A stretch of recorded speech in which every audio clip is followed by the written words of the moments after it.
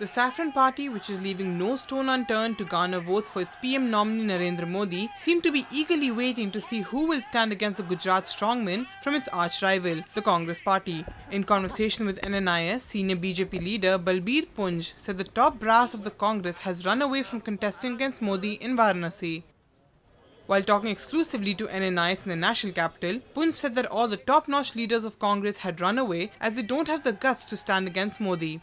He also added that Congress is deciding to field a local worker in Varanasi who is very close to the Gandhi family.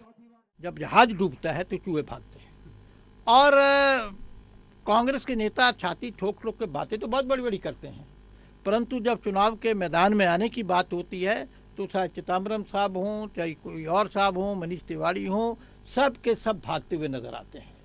Modi ji के खिलाफ बनारस में चुनाव लड़ने के लिए साहस चाहिए और किसी कांग्रेसी नेता में साहस नहीं है, इसलिए एक साधारण कार्यकर्ता को, वहाँ के कार्यकर्ता को बलि का बकरा बनने के लिए मोदी जी के सामने भेज दिया गया है। Talking about Ashok Pradhan, who quit BJP and joined hands with the Samajwadi Party, Punj said Pradhan left the Saffron Party as he was not given a ticket.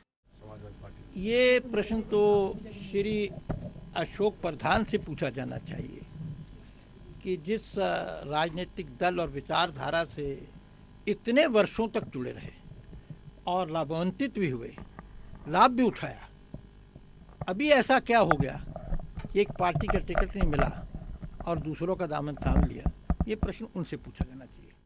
Punj also criticized Nitish Kumar-led Bihar government and the centre for its failure to provide adequate medical assistance to a CRPF jawan who succumbed to his injuries after being attacked by Naxals. ये जो कल बिहार में हुआ है, जो माओवादियों ने CRPF के ऊपर आक्रमण किया और उस आक्रमण में एक घायल जवान उपचार के अभाव में तड़प तड़प के मर गया, इससे दो बातें साबित होती हैं। पहली बात कि इस देश में माओवादी लोकतंत्र के लिए सबसे बड़ी चुनौती है। हमको ये बात ध्यान में रखनी चाहिए कि ये आक्रमण कब हुआ?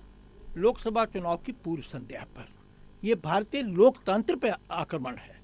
और दूसरा, क्योंकि हमारा राजनीतिक चिंतन सारा इतना भ्रमित है, कंफ्यूज्ड है कि हम माओवादियों के प्रति जो एक सख्त नीति, अब कठोर नीति अपनानी चाहिए थी, वो नहीं अपनाई और इस कारण इनका इतना साहस हो गया कि वो लोग हमारे सशस्त्र जवानों और अधिकारियों के ऊपर बेखौफ आक्रमण करते हैं।